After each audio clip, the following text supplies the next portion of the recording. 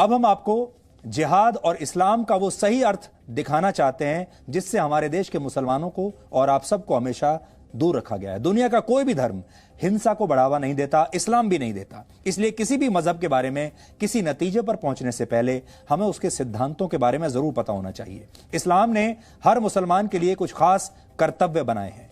इन्हें इस्लाम के 5 स्तंभ कहते हैं।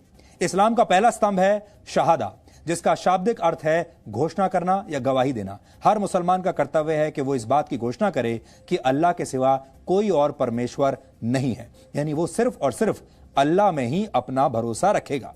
दूसरा स्तंभ है सलात, फारसी में इसी को नमाज भी कहते हैं। इस्लाम कहता है कि हर मुसलमान के लिए दिन में 5 बार नमाज पढ़ना जरूरी है। इस्लाम का तीसरा स्तंभ है ज़कात, आप इसे साल में 1 बार किया जाने वाला दान भी कह सकते हैं। हर मुसलमान के लिए जरूरी है कि वो अपनी आय का, अपनी आमदनी का एक हिस्सा जरूरतमंदों को दान जरूर दे,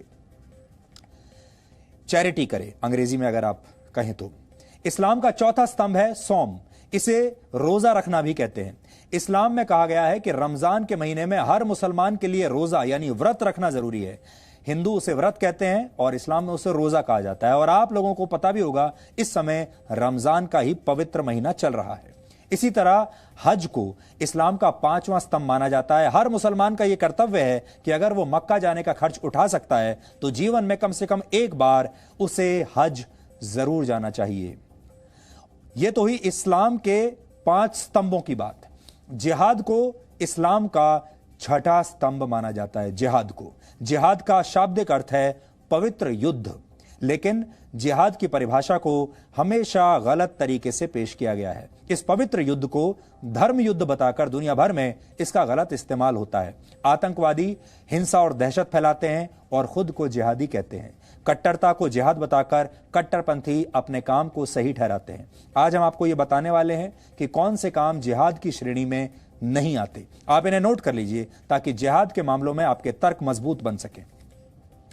अगर किसी के ऊपर इस्लाम कबूल करने के लिए जबरदस्ती की जाए तो इसे जिहाद नहीं कहा जा सकता। अगर किसी देश या क्षेत्र पर कब्जा जमाने के लिए उस पर हमला किया जाता है तो इसे भी जिहाद नहीं कहेंगे। इसी तरह अगर आर्थिक फायदे के लिए किसी इलाके पर हमला किया जाता है तो यह जिहाद नहीं है। सिर्फ अपनी ताकत का प्रदर्शन करने के नाम पर, लीडर की ताकत का प्रदर्शन करने के नाम पर हिंसा को जिहाद नहीं कहा जा सकता।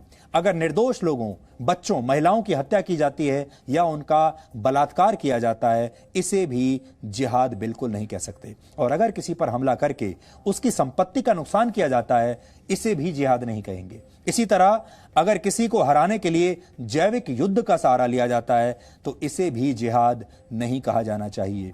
जिहाद ही नहीं, इस्लाम में तो साधारण युद्ध के लिए भी कई सख्त नियम हैं और इन नियमों का पालन न करना गुनाह माना गया है। पहला नियम यह है कि आप युद्ध की पहल खुद नहीं कर सकते। यह युद्ध किसी बादशाह या सुल्तान के निर्देश पर नहीं, बल्कि सिर्फ किसी धार्मिक नेता के कहने पर ही शुरू किया जा सकता है।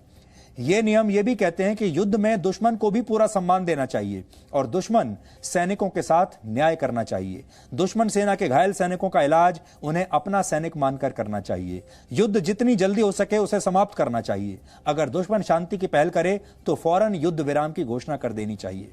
युद्ध के दौरान कुओं या पानी के स्रोतों में जहर डालना बिल्कुल प्रतिबंधित है। आधुनिक युद्ध की भाषा में कहें तो रासायनिक या जैविक हथियारों से हमला करना गुनाह माना गया है।